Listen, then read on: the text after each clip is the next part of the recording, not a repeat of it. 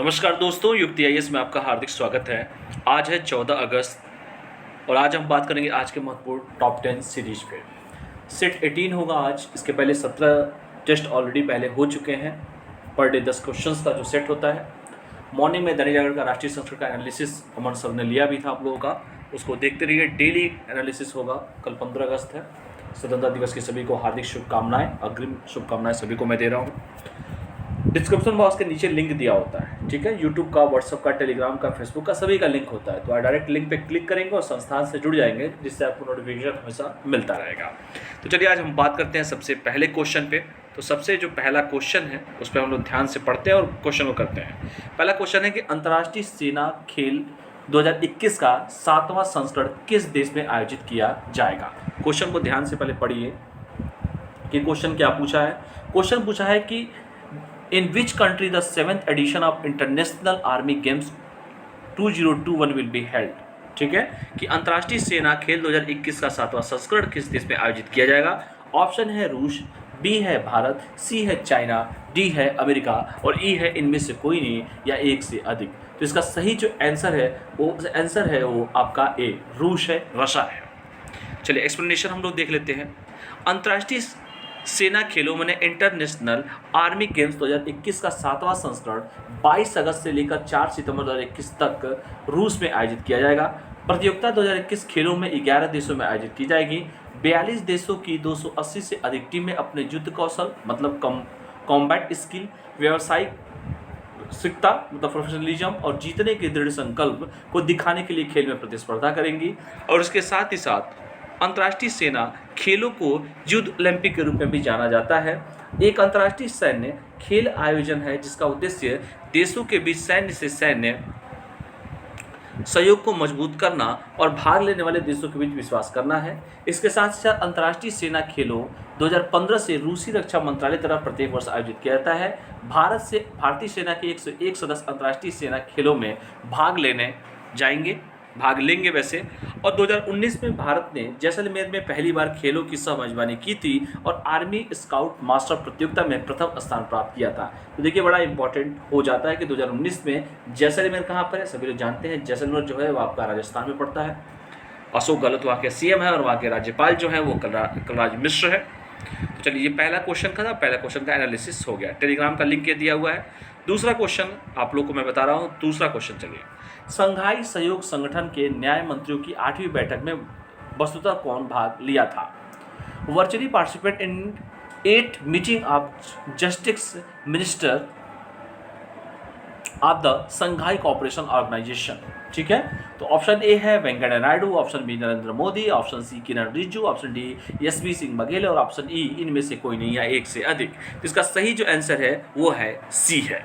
सी का मतलब ई है, ई का मतलब हो गया एक से अधिक है, यानी कि किरण रिजिजू भी थे और प्रोफेसर एसपी सिंह बघेल भी थे। दोनों ऑप्शन सही हैं। सही आंसर होगा ई। कैसे होगा?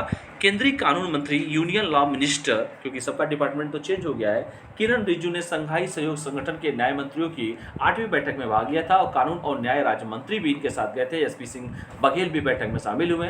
वर्चुअल इवेंट के दौरान रिजिजू ने भारत सरकार द्वारा सभी के लिए सस्ती और आसान न्याय तक पहुंच प्रदान करने के लिए की गई पहलों पर प्रकाश डाला। इसके साथ साथ बैठक की मेजबानी ताजिकिस्तान ने की थी और अध्यक्षता ताजिकिस्तान के न्याय मंत्री एमके आशिरोन ने की थी। शामिल कौन कौन से देश थे ये जान लीजिए।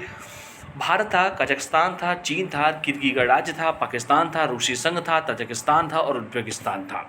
तो इसका जो सही आंसर है उस आंसर का नाम क्या है? ई है, क्योंकि ई है मतलब किरण रिजिजू और एसपी सिंह बघेल भी दोनों लोग गए थे। चलिए अगला क्वेश्चन पे बात करते हैं हम लोग।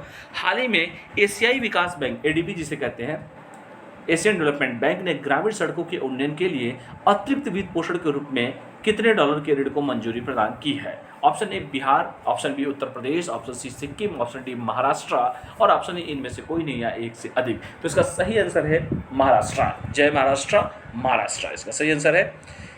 ऑप्शन डी महाराष्ट्र इसलिए है कि ये एशियाई विकास बैंक ने ग्रामीण सड़कों के उन्नयन और दूरदराज के क्षेत्रों को बाजारों से जोड़ने के लिए चल रही महाराष्ट्र ग्रामीण कनेक्टिविटी सुधार परियोजना के लिए अतिरिक्त वित्त पोषण के रूप में $300 मिलियन अमेरिकी डॉलर के ऋण को मंजूरी दी है। और अतिरिक्त वित्त का उपयोग राज्य के 34 जिलों में अतिरिक्त 1100 ग्रामीण सड़कों और 2900 किलोमीटर की कुल लंबाई के साथ 230 पुलों के सुधार के लिए किया जाएगा। महाराष्ट्र के जो राज्यपाल है भगत सिंह कोश्यारी हैं और एशियाई विकास बैंक का जो मुख्यालय है उसका नाम है मनीला है। ठीक है, अगला क्वेश्चन फिर बात करेंगे हम लोग चौथे क्वेश्चन पे। तो चौथा क्वेश्चन ध्यान से पढ़िएगा। चौथा क्वेश्चन है supporting our blue army initiative निम्न में से किस देश ने लॉन्च किया है? Option A Bharat, option B UAE, option C USA, option D China और ऑप्शन ई इनमें से कोई नहीं या एक से अधिक। तो इसका सही जो आंसर है सभी लोग जाते हैं संयुक्त अरब अमीरात UAE. Which of the following country है launch supporting our blue army initiative? तो उसका सही आंसर है संयुक्त अरब अमीरात। ऑप्शन बी सही है। संयुक्त अरब अमीरात और अवसंरचना मंत्रालय द्वारा supporting our blue army initiative launch किया गया है, जिसका उद्देश्य अपने समुद्री कर्मचारियों और नाविकों के जीवन की गुणवत्ता में वृद्धि करना है। नाविकों, समुद्री जहाज़ों के मालिकों और ऑपरेटिंग कंपनियों के अधिकारों को इस पहल के तहत सुरक्षा प्रदान की जाएगी और अपने जहाजरानी उद्योग को मजबूती देने के नतीजे से संयुक्त अरब अमीरात ने इस पहल को उठाया भी था। पांचवा क्वेश्चन बट नॉट लिस्ट, अंतर्राष्ट्रीय यात्राओं के लिए निम्न में से किस देश ने भारत को रेड लिस्ट से निकालकर अंबर लिस्ट में डाल दिया है? Which of the following country has remove India from the red list and put in the amber list for the international travel? Option A USA, option B UAE, option C Britain, option D New Zealand और option E उपरोक्त में से कोई नहीं या एक से अधिक। तो सही आंसर है जिन्होंने हम पे राज किया था ब्रिटेन, उस देश का नाम है ब्रिटेन। ठीक है, तो ब्रिटेन ने क्या किया है, लाल से अंबर में डाल दिया है। अंतर्राष्ट्रीय यात्राओं के लिए ब्रिटेन के पास एक ट्रैफिक लाइट सिस्टम है, जिसके तहत ब्रिटेन ने हाल ही में भारत को रेड लिस्ट से निकालकर अंबर लिस्ट में डाल दिया है। अंबर लिस्ट में डालने का मतलब होता है कि भारत के नागरिक जो ब्रिटेन की यात्रा करेंगे उन्हें 10 दिन होटल क्वारंटाइन में अनिवार्य रूप से रहना होगा। भारत से पूर्ण रूप से वैक्सीनेट यात्री ब्रिटेन की यात्रा कर सकेंगे। और भारत के साथ ही ब्रिटेन ने संयुक्त अरब अमीरात, कतर और बहरीन को भी अंबर लिस्ट में डाल दिया है। 4 देशों को रेड लिस्ट में रखा गया है, जिनमें शामिल हैं मैक्सिको, जॉर्जिया, ला यूनियन और मायोटो। अगला क्वेश्चन है छठवां क्वेश्चन, विश्व जैव ईंधन दिवस प्रत्येक वर्ष कब मनाया जाता है? ऑप्शन ए 7 अगस्त, ऑप्शन बी 10 अगस्त, ऑप्शन सी 12 अगस्त, ऑप्शन डी 14 अगस्त, इनमें से कोई नहीं या एक से अधिक। तो इसका सही जवाब है 10 अगस्त को। विश्व जैव ईंधन दिवस, वर्ल्ड बायोफ्यूल डे, हर साल 10 अगस्त को मनाया जाता है और यह दिन पारंपरिक जीवाश्म ईंधन के विकल्प के रूप में गैर जीवाश्म ईंधन के महत्व के बारे में जागरूकता बढ़ाने और जैव ईंधन क्षेत्र में सरकार द्वारा किए गए विभिन्न प्रयासों को प्रकाश डालने के लिए मनाया जाता है। जैव ईंधन का विकास स्वच्छ भारत अभियान और आत्मनिर्भर भारत अभियान जैसे योजनाओं के साथ साथ किया जा रहा है और विश्व जैव ईंधन दिवस पहली बार अगस्त 2015 में पेट्रोलियम एवं गैस मंत्रालय द्वारा मनाया गया था। ठीक है, तो इसको पढ़ लीजिएगा आराम से। अगला क्वेश्चन है भाला फेंक दिवस के रूप में किस देश को नामित किया, किस दिन को नामित किया गया है? Which days is named as javelin throwing day? अभी आपने जानते भी होंगे, चलिए बताऊंगा मैं, अभी रुक जाइए। तो इसका सही है जो 7 अगस्त, 10 अगस्त, 12 अगस्त, 14 अगस्त, उपरोक्त से कोई नहीं एक से अधिक। तो इसका सही आंसर है 12 अगस्त और 14 अगस्त। ठीक है, यानी कि आंसर है ई। क्या है? E for elephant. भारतीय एथलीट महासंघ ने फैसला लिया है कि ओलंपिक स्वर्ण पदक विजेता नीरज चोपड़ा के सम्मान में हर साल 7 अगस्त को भाला फेंक दिवस मनाया जाएगा, जेवलिन थ्रो डे मनाया जाएगा। और 23 वर्षीय नीरज अभिनव बिंद्रा के बाद भारत के दूसरे व्यक्तिगत ओलंपिक स्वर्ण पदक विजेता है। नीरज ने 7 अगस्त 2021 को 2020 टोक्यो ओलंपिक में पुरुषों की भाला फेंक में स्वर्ण पदक जीता है। और इसके साथ ही साथ ओलंपिक में एथलीट और में भारत के पदक के सूखे को समाप्त करने के लिए भाला फेंक कर 87.58 मीटर की दूरी तय की थी। यह ओलंपिक इतिहास में एथलीट में भारत का पहला स्वर्ण पदक है। और एथलेटिक्स फेडरेशन ऑफ इंडिया के अध्यक्ष हैं आदिले जे Sumariwalla. Athlete federation of India की स्थापना हुई 1946 में।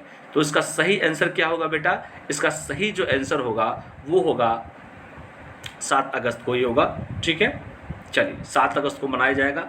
इसका आंसर ये गलत लिख दिया गया है, ये 7 अगस्त को ही होगा। ठीक है, ए इसका राइट आंसर है। चलिए आगे बढ़ते हैं। अगला क्वेश्चन है भू इमेजिंग उपग्रह जीसैट निम्न में से किस देश द्वारा लॉन्च किया गया है? ऑप्शन ए चीन, option B America, option C Bharat, option D Australia, option E इनमें से कोई नहीं या एक से अधिक। तो इसका सही आंसर है भारत। वो देश है इंडिया।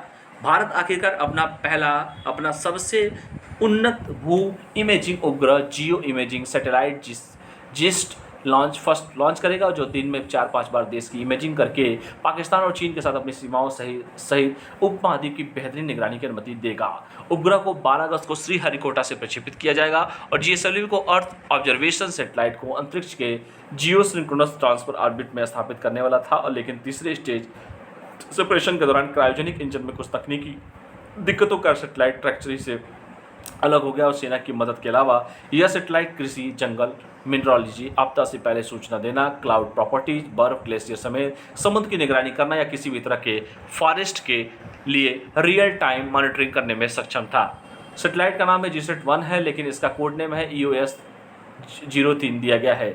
GSAT फर्स्ट का लॉन्च पिछले साल से टाला जा सकता रहा है और यह इस साल भारत का प्राथमिक उपग्रह का पहला प्रक्षेपण था जो असफल हो गया, और भू स्थिर कक्षा में पृथ्वी से 3600 किलोमीटर ऊपर स्थापित होने के बाद यह भारत की निगरानी करेगा।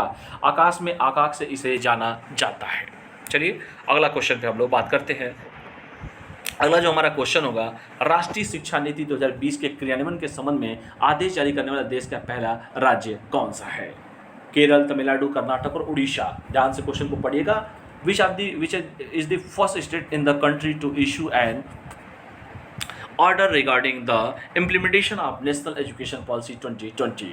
केरल, तमिलनाडु, कर्नाटका, उड़ीसा एंड इनमें से कोई नहीं या एक से अधिक। सही आंसर इसका कर्नाटक। ठीक है, कमेंट करके बताइएगा इसकी राजधानी क्या है।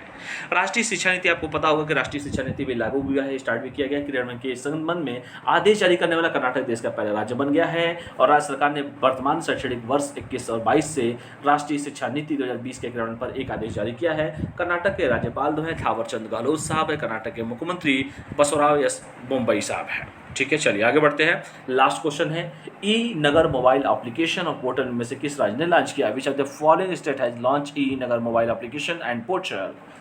बिहार, मध्य प्रदेश, हरियाणा, गुजरात और इनमें से कोई नहीं या एक से अधिक। तो सही आंसर है गुजरात।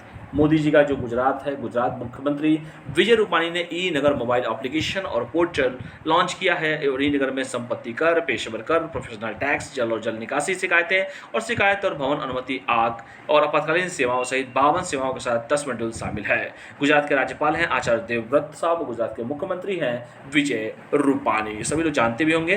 तो चलिए आज के लिए हम इतना ही करते हैं।